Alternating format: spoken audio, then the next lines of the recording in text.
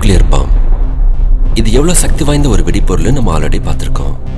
அப்படி ஒரு சக்தி வாய்ந்த வெடிப்பொருளை ஒரு ஆக்டிவ் எரிமலைக்குள்ள வீசினா என்ன நடக்கும் அப்படிங்கறத இந்த வீடியோல பார்க்க போறோம்.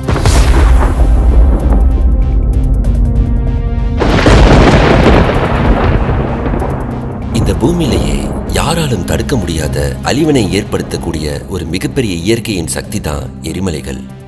சமீபத்திய கணக்கின்படி உலகம் முழுவதும் சுமார் 1500 ஆக்டிவ் எரிமலைகள் இருக்குன்னு, அதுல 10% மேல அமெரிக்கால இருக்குன்னு சொல்றாங்க.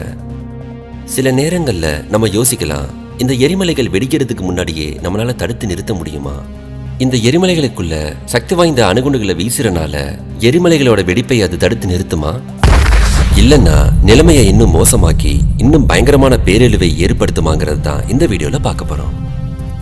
ஜப்பானோட ஹிரோஷிமா மற்றும் நாகாசாகி மேல வீசப்பட்ட அணுகுண்டோட சக்தி 130 மில்லியன் கிலோகிராம் TNTக்கு சமமானதுன்னு, அது பயங்கரமான தாக்கத்தை ஏற்படுத்துச்சுன்னு நம்ம ஆல்ரெடி வீடியோல பார்த்திருக்கோம். அப்போ எரிமலையை அழிப்பதற்கு இது போன்ற ஒரு சக்தியை பயன்படுத்தலாமா? அப்படி நம்ம முடிவு பண்ணிட்டோம்னா முதல்ல நம்ம எரிமலையை தாக்க வேண்டிய அந்த இலக்கை கண்டுபிடிக்கணும். ஒரு ஆக்டிவ் எரிமலையில அப்படி கண்டுபிடிக்கிறது ரொம்பவே கஷ்டம். ஏன்னா எரிமலை எப்போ வெடிக்கும்னு யாராலையுமே சரியாவே கணிக்க முடியாது. ஒரு உதாரணத்துக்கு, நம்ம விஞ்ஞானிகள் பூமியில வெடிக்க தயாரா இருக்கிற எரிமலைகளை கண்டுபிடிச்சிட்டாங்கன்னு வச்சுக்கலாம். இப்போ அனைவருக்கும் தீங்கு விளைவிக்காத நிலையில அந்த எரிமலையின் பக்கங்கள்ல ஏதேனும் பலவீனமான இடங்களை தாக்க முடியுமாங்கிறத தீர்மானிப்பாங்க. அடுத்து போர் விமானங்கள்ல எரிமலையின் மீது பறந்து அணுகுண்டுகளை வீசிவிட்டு ஆபத்தான சூழலில் இருந்து வெளியேறுவாங்க. வீசப்பட்ட அணுகுண்டுனால சரியான முறையில் தாக்குதல் நடந்துருச்சுன்னா எரிமலையின் மேற்பகுதி தானாகவே நொறுங்கி எரிமலையில் இருக்கும் கடும் வெப்பமுள்ள பாறை குழம்பு கீழேயே தங்கிவிடும்னு சொல்றாங்க. ஆனா இப்படி பண்றது பெட்ரோலை வச்சு தீய அணைக்கிறதுக்கு சமமானதுன்னு தான் சொல்லணும். எரிமலை மேல அணுகுண்டை வீசுறது ஒரு நல்ல யோசனை இல்லைன்னும், அந்த மாதிரி நம்ம பண்றனால நம்ம கற்பனை கூட பண்ணி பார்க்க முடியாத அளவுக்கு மிகப்பெரிய அழிவை ஏற்படுத்தலானோ சில விஞ்ஞானிகள் சொல்றாங்க. அப்படி நம்ம எரிமலைக்குள்ள அணுகுண்டை வீசினோம்னா அந்த அணுகுண்டோட ஆற்றலும் எரிமலைக்குள்ள இருக்கும் கொதிநிலையும் அழுத்தமும் ஒன்று சேர்ந்து ஒரு மிகப்பெரிய வெடிப்பை உருவாக்கிடும்னு விஞ்ஞானிகள் சொல்றாங்க.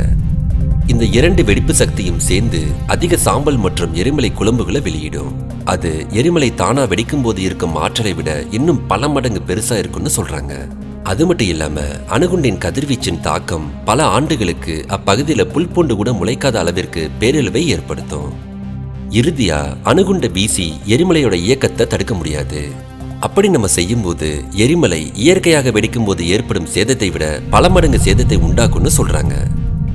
மனிதனால் உருவாக்கப்பட்ட அணுகுண்டு வியக்க வைக்கும் பேராற்றலா இருந்தாலும் இயற்கையின் சக்திக்கு முன்னாடி இது எல்லாமே ஒண்ணுமே இல்லைன்னு தான் சொல்லணும். இயற்கையை நம் போக்கிற்கு மாற்றாம இயற்கையின் போக்கில் நாம் வாழ்வதே அனைத்து பிரச்சனைக்கும் ஒரு நல்ல தீர்வுன்னே சொல்லலாம். இந்த இன்ஃபர்மேஷன் உங்களுக்கு பிடிச்சிருந்தா லைக் பண்ணுங்க, கமெண்ட் பண்ணுங்க, சப்ஸ்கிரைப் பண்ணுங்க. தேங்க்யூ.